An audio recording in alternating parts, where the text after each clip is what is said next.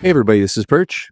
You might hear a little bit of crackle in the background. I don't know. I do this audio cleanup thing now. It makes my voice sound a little weird, but it usually gets rid of some of the background noise. But there's some rain in Texas right now, and I love this kind of rain. Texas does this dumping rain stuff, where it's just flood level rain that comes down, which is fine. But there's one thing I missed in Seattle, and maybe this makes me plenty weird, but it had a misty kind of rain, so it was just like slightly damp and wet a lot of the time, but it wasn't actually raining that hard. I've seen somewhere that in terms of like total rain volume, it's not much different between Seattle and Texas. I don't know if that's a urban myth or legend or whatever, if that's an actual stat. But it makes some sense because Seattle rarely just dumps rain. It's just this slow kind of spray of rain. And I like it. I like the darker weather, the heavy tree canopy, the kind of damp. It I don't know. I'm happier when I'm in that kind of environment. Most people like it causes severe depression, but for me, it's like yes, darkness and wet, absolutely, just like going back to the womb. No, I'm kidding. I'm kidding. No, please, no edible stuff. Edible, not edible. Anyway, never mind. Um, so, I was, as I often do with these videos. So I think, most of you who stuck around now at this point, as we wind ourselves to the never ending conclusion, I've got videos stacked up. So I have videos, at this point, well into, 2025.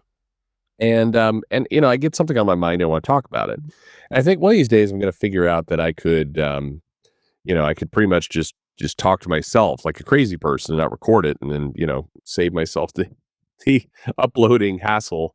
And there it goes. But I think some of I haven't talked about it for a while, but one of the things I do is the money I get from the channel, which is not much, but like $1,000 a month. I will take that and I will give it to shops in many cases, or comic businesses that are trying to get started up. And I had an idea a while back, by the way, around stock and kind of a tech tool that could help manage stock. And the guy reached out and was like, "I'll build that. I just need the money." I'm like, "Fuck it, here's some money." And so that will it get built? I don't know. With a lot of these investments, I don't consider them investments. I consider them annoying cash, because if I don't take the cash on YouTube, then YouTube will bury the videos. They will just, if there's no ads running, they will just like not share them, not put them out there. And so they're there. And so I don't consider this like actual money that I've made. So I don't, and it's good. It's healthy mentally. It means it just, the money goes away and I don't know where it goes, but it's going somewhere. It's going and it's gone. And whether will it succeed? Will the guy steal from me? I don't know. And I just try not to think about it. And that's usually best. But anyway, because I'm so far ahead on this channel, sometimes I record things and then I'm listening to other videos from time to time, and I hear them making the same point I made, and I'm like, shit, when did I record that? Has it gone out already? Or is there going to be a really awkward moment where, like 5 weeks from now, this video is going to come rolling out and people are like, that's what somebody else said 5 weeks ago.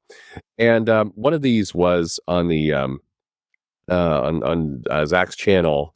He was making a point about Nazis, and I did too in a video. And who knows whether that video will come out or not come out by the time you're listening to this. I don't know. I'll just insert stuff randomly.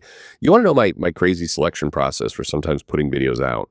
It's I'm looking at this the content manager. It's this giant list inside YouTube, and I'll look at the thumbnails. I'm like, there's too many red thumbnails grouped together. Let's just shuffle those around so we have more of a color diversity here. Nobody sees that view for me, but me. So it's a completely relevant way of thinking about anything. But there you go. So anyway, is this point though, I think was really good. And it speaks to kind of something else I was thinking about earlier. So let me tell you kind of my story, and I'll go back to the point. Uh, every now and then, as I said, somebody will send me a link saying, "Hey, they're talking about you over here." Or my daughters will every now and then get in their minds, they want to see how popular Perch is, and they have these completely unrealistic views of how the world works. Like, oh, my dad's a famous YouTuber. He's got like almost the same amount of subscribers as Logan Paul. It's like, okay, no, not even close. Totally different games right there. Totally different games. But so they'll search. They're like, hey, these guys are talking mean about you. Will be my daughter. And my older daughter's kind of wise, and she's in on the game. She's like, oh, here's another Reddit thread calling you a Nazi. And what's always strange about those, or not, what I find humorous, and I had this dialogue with my daughter, is you'll see this thread and somebody will say, hey, what are some good YouTube channels you want to listen to? And somebody will go, "Oh, Perch, he's got some good interviews or different interviews." I'm still not sure exactly how my interviews are different, but they're different interviews. It gets to different things, and the creators sound comfortable when they're talking. And he did this great interview with the guy who was writer on the Boondocks, and he did another great interview with Rachel Pollack and with Nancy and Richard Pace and just these kind of people you don't hear their voices. They've got really interesting stories. So you see somebody kind of do the hype. Um, and then, a couple people are like, oh, okay, I'll check that out. And then somebody comes in every time and goes, no thanks. That's a comic skate mouth breathing Nazi incel. That I don't support. That's just a Nazi racist CG. And like just all the terms, just like that. And my daughter and I were talking about this. She's like, why don't you go in there and say, like, what the fuck are you talking about? And she's like, hang on. So you're interview a writer of the Boondocks, clearly a right wing nut job, and a trans writer who's now passed away, Rachel Pollack, and somehow you're a Nazi, racist, bigot, homophobe. Like, how like that's clearly stupid. You're like, why don't you set them straight? And then I'm having this conversation, with her, and I'm like, there is no setting them straight. It's not there's not a there's not a set them straight win here or even point, and I use it kind of to try and teach, like, you're going to experience these things in your life where there's just no value in getting in there and slugging it out unless you enjoy fighting. And unless just the bickering with people is something that fulfills you, there's no point. The person who's posting this doesn't know you, doesn't want to know you, doesn't have any insight about anything, and really is just trying to get attention for themselves. There's no value to it. So, you're going to get in there and try and set somebody straight who doesn't want to be set straight and doesn't care about being set straight. The only thing that's going to make them happy, to be honest, engaging with you is if you get in there and you do engage. If you get in there and you start arguing with them, then you've made their day. That's the best thing that they could want. And it goes to this point about that I said that in Zach's video, he made the same point. It's when some people start calling you a Nazi. The word Nazi had been used for the last 20, 30 years. Gen X knows it very well to mean strict, to mean overly, obsessed with rules. And, you think about it for a moment in that Seinfeld episode where you met the soup Nazi. Nowhere in that show were they trying to portray that the guy serving soup wanted to exterminate the Jews and was racist. What they were showing was that the guy was strict. You were in line, you kept your mouth shut, you got and they called him a Nazi, and it was funny. It was funny to everybody. And you saw like there were shirts called Soup Nazi, and there were mugs, and like there was a brief moment where that guy was a celebrity. I remember like there were Comic Cons where it's like meet the Soup Nazi, and the guy was proud of it, and he'd do the bit. I don't know. I don't think the guy's doing the bit now in 2024, but or maybe he is. I don't know. But what happened was, for like 20, 30 years, that's what Nazi meant. And then in about 2016 or so, people got in their minds that no, we're going to change the word Nazi to mean, a quote unquote literal Nazi. And they would use the word literal there. And what they were trying to convey is, no, I don't mean just somebody strict. I mean, I'm going to call this guy a bigot, racist, one of the most evil people on the planet. And I'm going to just toy and battle with them and see if I get their attention. And a lot of people who did this to me early on, including people on Reddit or wherever, that's the whole thing. It's like putting bait on a hook. It's dangling it out there and hoping that you'll bite. Ideally with the I'm not a Nazi, because it's a losing argument the second you say that. everybody knows you're not a Nazi. You're living in a fantasy world constructed by the person who called you that. They know you're not a Nazi. They're in for a brawl. But the second you're like, I'm not a Nazi, like, well, why do you care then if I call you a Nazi? I mean, you get into the most disingenuous, ridiculous arguments about it. That there no win. There is no win that comes off that. In fact, all that you can do is get irritable and angry and frustrated, and then come off badly. Ideally, if I was ever to go in and respond to some of this stuff, it would have to be the sorry you feel that way. Definitely, definitely not a Nazi, but you do you. That's that diffusing it is the best thing you can do. And for a while, like on Twitter, when I get called this is Andrew Farrago would do this all the time. He literal Nazi, and I would go like, all right, sounds cool. I'm just going to be over here, interviewing the writer of the Boondocks, who, definitely is what a literal Nazi would do. I'm going to continue to do shows with Joe Corallo. Definitely, Nazis are all about Joe Corallo for sure.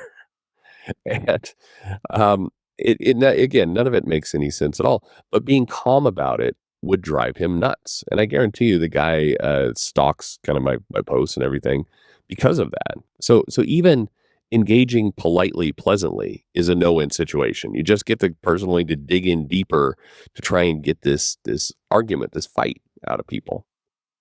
And I think that the takeaway in all this is, you know, there I think if there's ever a moment where people can just be honest with themselves around the world, just honest.